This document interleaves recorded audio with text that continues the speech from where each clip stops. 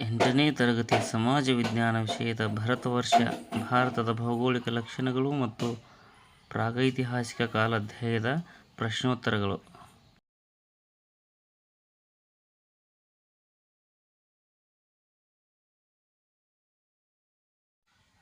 ಪರ್ಯಾಯ ದ್ವೀಪ ಎಂದರೇನು? 3 ಕಡೆ ನೀರಿನಿಂದಲೂ ಮತ್ತು 1 ಕಡೆ ಭೂಭಾಗದಿಂದಲೂ ಆವೃತವಾಗಿರುವ ಪ್ರದೇಶವನ್ನು ಪರ್ಯಾಯ ದ್ವೀಪ ಎನ್ನುವರು. ಭಾರತದಲ್ಲಿ ಒಟ್ಟು ಎಷ್ಟು ರಾಜ್ಯಗಳು ಹಾಗೂ ಕೇಂದ್ರಾಡಳಿತ ಪ್ರದೇಶಗಳು ಇವೆ? ಭಾರತದಲ್ಲಿ ಒಟ್ಟು 28 ರಾಜ್ಯಗಳು ಹಾಗೂ ರಾಷ್ಟ್ರೀಯ ರಾಜಧಾನಿ ಪ್ರದೇಶ ದೆಹಲಿಯನ್ನು ಒಳಗೊಂಡಂತೆ 8 ಕೇಂದ್ರಾಡಳಿತ ಪ್ರದೇಶಗಳಿವೆ. ಭಾರತದ ಭೂಮೇಲ್ಮೈ ಸ್ವರೂಪಗಳನ್ನು ಹೆಸರಿಸಿ. ಉತ್ತರದ ಹಿಮಾಲಯ ಪರ್ವತಗಳು, ಉತ್ತರದ ನದಿ ಬಯಲು ಪ್ರದೇಶ, ದಖ್ಖನ್ ಪ್ರಸ್ಥಭೂಮಿ, ಕರಾವಳಿ ತೀರ ಪ್ರದೇಶ. ಭಾರತದ ಮೇಲೆ ದಾಳಿಗಳು ಯಾವ ಕಣಿವೆಗಳ ಮೂಲಕ ಸಂಭವಿಸಿವೆ? ಭಾರತದ ಮೇಲೆ ದಾಳಿಗಳು ಬೋಲಾನ್ ಮತ್ತು ಖೈಬರ್ ಕಣಿವೆಗಳ ಮೂಲಕ ಸಂಭವಿಸಿವೆ. ಹಿಮಾಲಯ ಪರ್ವತಗಳನ್ನು ಕುರಿತು ಟಿಪ್ಪಣಿ ಬರೆಯಿರಿ.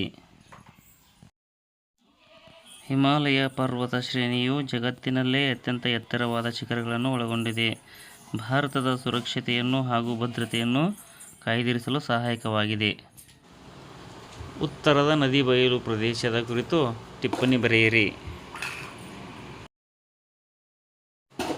ಸಮತಟ್ಟಾದ ಸಿಂಧೂ ಗಂಗಾ ಬಯಲು ಸೀಮೆಗಳು ಅತ್ಯಂತ ಫಲವತ್ತಾದ ಪ್ರದೇಶಗಳಾಗಿವೆ. ಪ್ರಾಚೀನ ನಾಗರಿಕತೆಗಳಾದ ಸಿಂಧೂ ಮತ್ತು ವೇದಕಾಲದ ನಾಗರಿಕತೆಗಳು ಇಲ್ಲಿಯೇ ಹುಟ್ಟಿಕೊಂಡಿವೆ. ದಖ್ಖನ್ ಪ್ರಸ್ಥಭೂಮಿಯ ಕುರಿತು ಟಿಪ್ಪಣಿ ಬರೆಯಿರಿ. ನರ್ಮದಾ ನದಿಯು ಭಾರತವನ್ನು 2 ಭಾಗಗಳನ್ನಾಗಿ ವಿಂಗಡಿಸಿದೆ: ಮಾಳ್ವಾ ಪ್ರಸ್ಥಭೂಮಿ ಹಾಗೂ ದಖ್ಖನ್ ಪ್ರಸ್ಥಭೂಮಿ. ಕರಾವಳಿ ತೀರದ ಕುರಿತು ಟಿಪ್ಪಣಿ ಬರೆಯಿರಿ. ಭಾರತದ ಕರಾವಳಿಯ ವಿಸ್ತಾರ 6100 ಕಿಲೋಮೀಟರ್. ಪೂರ್ವ ಕರಾವಳಿಯನ್ನು ಕೋರಮಂಡಲ ತೀರ ಎಂದು ಕರೆಯುತ್ತಾರೆ. ಪಶ್ಚಿಮ ಕರಾವಳಿಯನ್ನು ಕೊಂಕಣ ತೀರ ಎಂದು ಕರೆಯುತ್ತಾರೆ. ಭಾರತವನ್ನು 2 ಭಾಗಗಳನ್ನಾಗಿ ವಿಂಗಡಿಸಿದ ನದಿ ಯಾವುದು?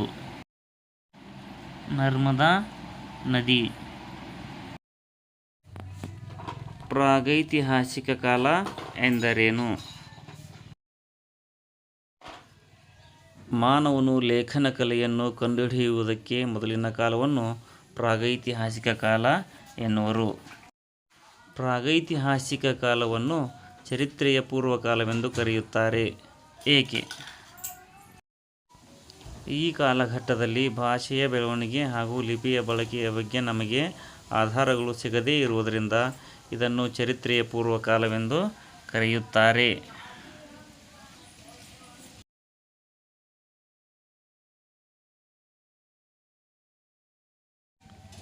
ಪ್ರಾಗೈತಿಹಾಸಿಕ ಕಾಲದ ಜನರು ಬಳಸುತ್ತಿದ್ದ ಆಯುಧಗಳನ್ನು ಹೆಸರಿಸಿ.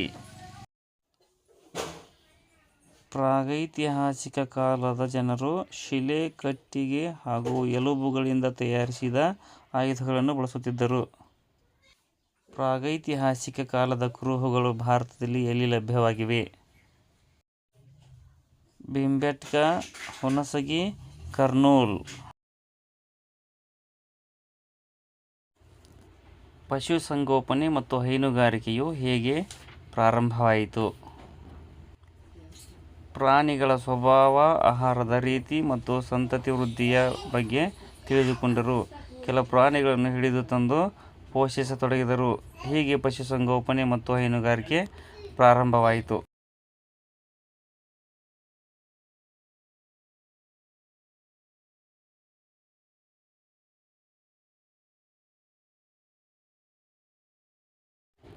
ಪ್ರಾಗೈತಿಹಾಸಿಕ ಕಾಲಘಟ್ಟವನ್ನು ವಿದ್ವಾಂಸರು ವಿವಿಧ ಹೆಸರುಗಳಿಂದ ಕರೆದಿದ್ದಾರೆ. ಅವು ಯಾವುವು? ಹಳೆ ಶಿಲಾಯುಗ, ಮಧ್ಯಶಿಲಾಯುಗ, ನವಶಿಲಾಯುಗ.